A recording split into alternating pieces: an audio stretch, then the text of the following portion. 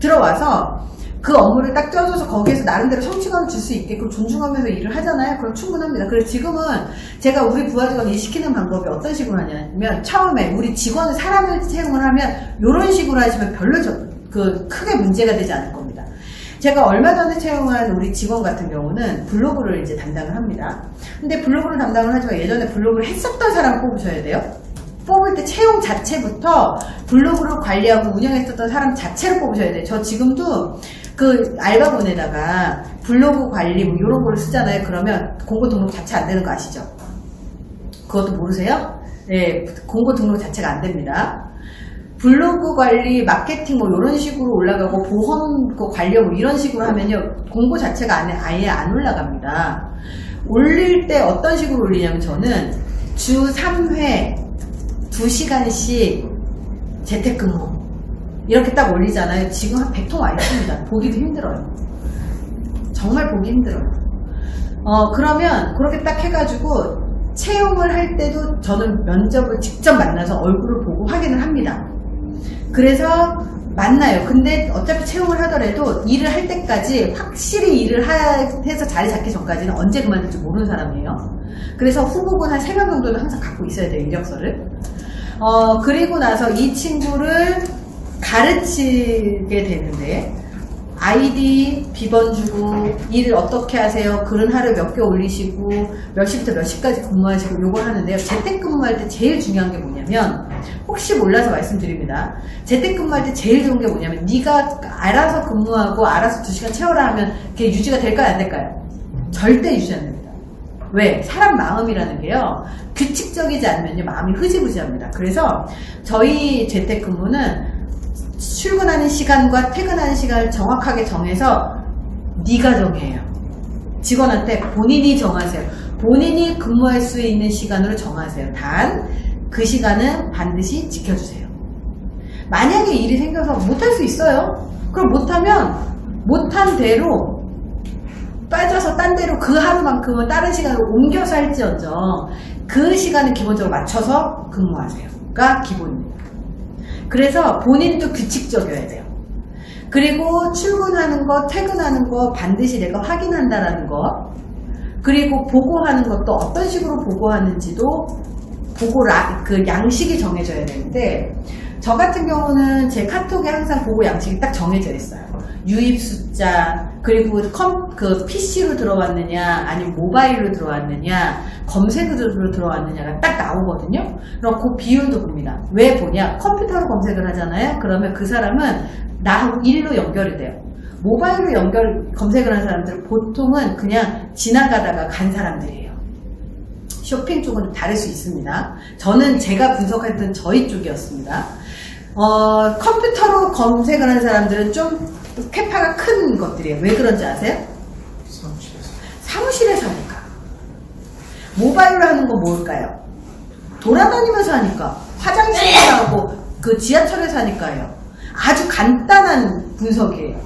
그래서 우리 직원한테 그거를 올리게끔 합니다. 그리고 글을 쓰고 나면요, 그 친구가 글을 쓰게끔 하는 걸 알려주는 게, 제목은 어떻게 쓰세요? 해시태그는 이걸로 하시고 뭐 이렇게 하세요라고 하고, 절대 쓰면 안 되는 알고리즘 몇 개가 있습니다. 아까도 물어보셨는데, 이 글이 광고로 인식되는 게 몇 가지가 있는 게, 그 밑에 전화번호가 쓰여 있거나 링크 타고 쇼핑할 수 있는 링크가 들어가 있거나, 아니면 다른 데에서 쓴 글을 복사해서 우리가 같이 그대로 쓰잖아요. 그 블럭 나갑니다. 그냥 검색 자체가 안 돼요. 그래서 그런 알고리즘을 기본적으로 알려줍니다. 그러고 나서 일하다 보면 까먹죠. 반드시 까먹게 돼 있어요. 그러면 처음에 일을 하고 한 일주일 정도 글 쓰는 스타일에 익숙해지게 만들어줘야 돼요. 한 번에 10가지를 가르쳐준다고 한 번에 10가지를 모두 소화하지 않습니다. 처음에 10가지 중에서 한 가지가 익혔다고 생각하면 두 번째를 적용을 추가를 시키시고, 두 번째가 적용이 됐다고 생각하면 세 번째를 추가를 시키셔야 돼요. 그리고 세 번째까지 스타일이 맞았는데 이 친구가 좀 생각도 하고 고민도 하길 원하면, 그때부터 이 아이의 적성을 끌어내셔야 된다는 뜻이에요. 그래서 제가 어떤 식으로 하냐면, 그렇게 일을 시키고 한 2주 정도 냅뒀어요. 왜? 익숙해지고 글을 빠르게 쓸 때까지 시간이 걸립니다. 글을 자주 쓰는 사람이 아니기 때문에. 그럼 한 2주 정도 하면은 그래도 글 하나에 1시간 정도로 이제 소화가 돼요. 그럼 그때부터는 본격적으로 그 형식, 글의 내용, 링크, 글의 블럭당할 요소 이런 것들을 하나하나 디테일하게 피드백을 들어가기 시작합니다. 디테일하게 피드백 들어가잖아요. 그러면 이 친구는 여기에만 맞춰가지고 소극적으로 일을 하기 시작해요. 그럼 그렇게 디테일까지 다 잡아주면서 거기에 익숙해지도록 또 2주를 걸려요. 또 2주 정도에서 한 달 정도를 걸립니다. 그렇게 하고 난 다음에 우리는 인내심을 가져야 되거든요. 그래서 인내심을 갖고 가르치고 그리고 나서 한 달에서 한 달 반 정도가 그런 식으로 지나잖아요. 그러면 이 아이가 얼마나 빠른지에 따라서 좀 달라요. 한 달에서 한 달 반 정도 딱 지나잖아요. 그러면 이 친구가 조금 더 넓게 상위 페이지에 뜨게끔 얘가 생각을 계속 거기로 몰입을 시켜야 되는데 이 시기가 조금만 늦잖아요. 그러면 안 고쳐집니다. 이 스타일 자체가 안 고쳐져요. 그래서 절대 3개월을 넘기시면 안 됩니다. 3개월 내에 모든 것을 몸에 익히게끔 만들어야 돼요. 그래서 한 달 반쯤도 되니까 이 친구가 너무 익숙해지게끔 그대로 하려고 하는 게 있어서 그 다음에는 물어봅니다. 이제부터는 질문을 디테일하게 하고 난 다음에 그 다음에 질문을 합니다. 이거는 상위에 몇 페이지에 떴어요, 이 키워드? 그럼 지가 막 검색을 해보거든요. 그 전까지 검색을 안 하거든요. 하더라도 형식으로 합니다. 그래도 검색을 막 해봅니다. 그러면 요거 1페이지에 띄우려면 어떻게 해야 돼요, 이 키워드? 그럼 이제 그때부터 분석이 들어가기 시작해요. 근데 그 분석도 할 수 있는 아이가 있고 못하는 아이가 있어요. 근데 대부분은 이거에 대해서 알고리즘을 알고 있다면 그게 알고리즘을 본인이 알고 있다면 분석이 가능합니다.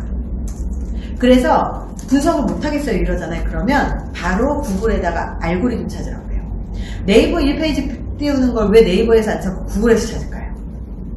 네이버에다가 알고리즘 찾잖아요. 그러면 안 나옵니다. 네이버가 다 막아버려요. 그래서 구글에서 찾으셔야 제대로 된 정보를 찾을 수 있습니다. 그래서 구글에서 찾습니다. 그러면 찾고 보고하라고 그러잖아요. 그러면 정리하면서 보고하면 이제 정리하면서 안다고 그러잖아요. 그러면 그 다음에 그대로 하라고 하고 또 피드백이 들어갑니다. 요거까지 완성되는 데까지가 3개월 정도 걸립니다. 그래서 인내심을 갖고 이렇게 차근차근 이 친구한테 권한을 조금 더 주면은 이 친구가 더 이렇게 권한을 갖고 하게 되는 거죠.